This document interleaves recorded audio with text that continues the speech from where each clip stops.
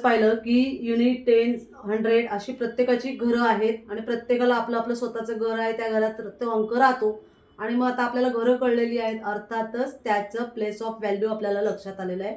इंग्रजीत सांगण्याचा अर्थ असा की काही मुलांना मराठी मध्ये नसतात, इंग्रजीमध्ये असतात, त्यांना आपल्याला समजावं म्हणून आपण ते सांगत असतो.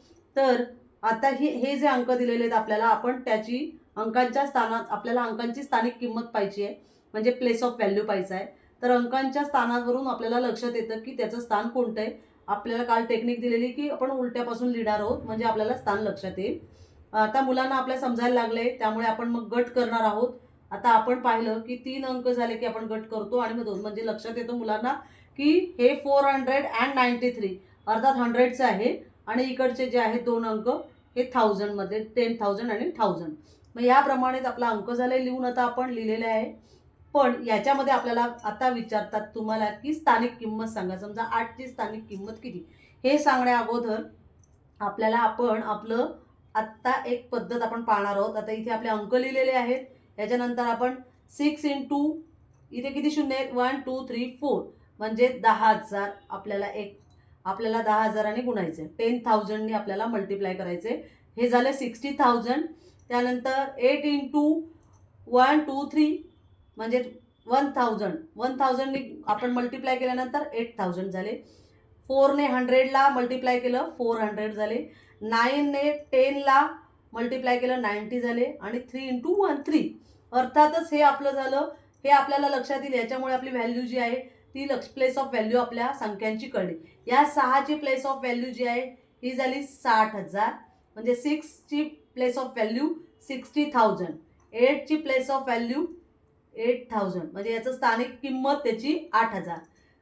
त्यानंतर 4ची प्लेस ऑफ व्हॅल्यू 400 म्हणजे 400. 4ची स्थानिक किंमत 400. 9ची स्थानिक किंमत 90 अर्थातच 9ची प्लेस ऑफ व्हॅल्यू 90.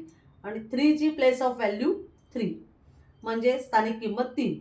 तर प्रत्येकाची स्थानिक किंमत कळलेली आहे. आणि मग आता आपल्याला स्थानिक किंमत कळली तर आपण दुसरं जे आपल्याला दिलेलं गणित आहे हे पण आपण त्याच पद्धतीने करणार आहोत. 3चा गट, 2चा गट, 2चा गट आणि मग 1.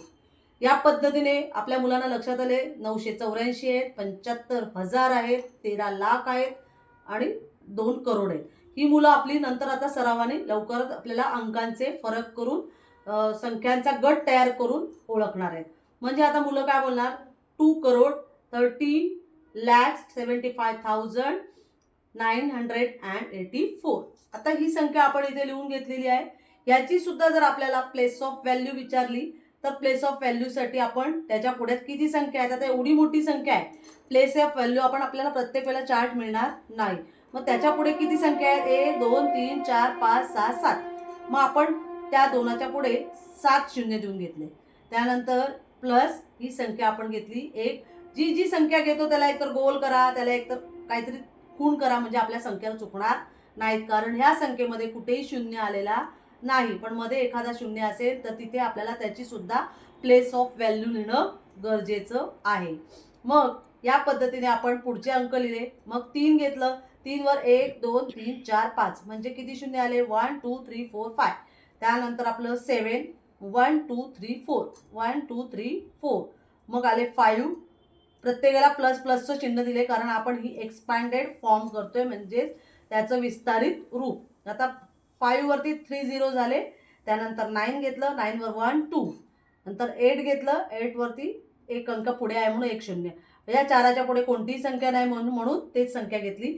या सगळ्यांची जर बेरीज करायला सांगितली तुम्हाला तरी सुद्धा तुम्हाला घेताना लक्षात घ्यायचंय की जेव्हा अशी मोठी संख्या दिली जाईल तेव्हा बेरीज करताना बघायचं आपल्याला एकक स्थान आहे, दशक आहे, शतक आहे, 100 आहे, 1000 आहे, 10,000 आहे, 1 2 3 4 आणि 5. हे जे आहे 10,000चं आहे. 4 शून्य आहेत म्हणजे 10,000चं आहे.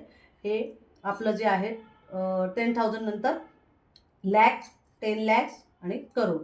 या पद्धतीने आपण एकत्र अशी संख्या लिहू शकतो. मुलं कुठे गोंधळतात, जर इथे मध्ये शून्य असतात तर काय केलं असतं, मध्ये शून्य असतात तर हा शून्य पण लिहिणं गरजेचं आहे. किती शून्य आले असते, हा शून्य तो त्याचा तोच आणि 1 2 3. हे शून्य का आपण पुढे लिहून घ्यायचे, कारण मुलांना त्याच्या पुढची व्हॅल्यू लक्षात येण्यासाठी. एकदा त्यांना सराव झाला की मुलं चुकणार नाहीत. या पद्धतीने आपण मुलांकडून हे विस्तारित मांडणी घेऊ शकतो. आता त्याच्यामधलाच पुढचा एक भाग की एखादी संख्या दिली जाते आणि मग आपल्याला सांगतात की दशक आणि एकक या संख्या अदलाबदली करा आणि मग त्यातला फरक, त्या पूर्ण संख्येचा फरक किती असं विचारतात. तेव्हा एकक स्थानची संख्या दशक स्थानची संख्या एकक स्थानी आणि एकक स्थानची दशक स्थानी ही जर संख्या आपण घेतली, आता ही घेतली आपण, याची उलट करून वरती लिहिली म्हणजे आपल्याला लक्षात आलं पूर्ण संख्या काय मिळाली. याच्यातला फरक म्हणजे आपल्याला मायनस करायचे. हा जेव्हा आपण फरक काढतो तेव्हा आले 54. आत्ता आपल्याला एक गंमत अशी आहे, ही मूळ संख्या आहे. ही संख्येची अदलाबदल केली तर झाले 39 झाले, बरोबर.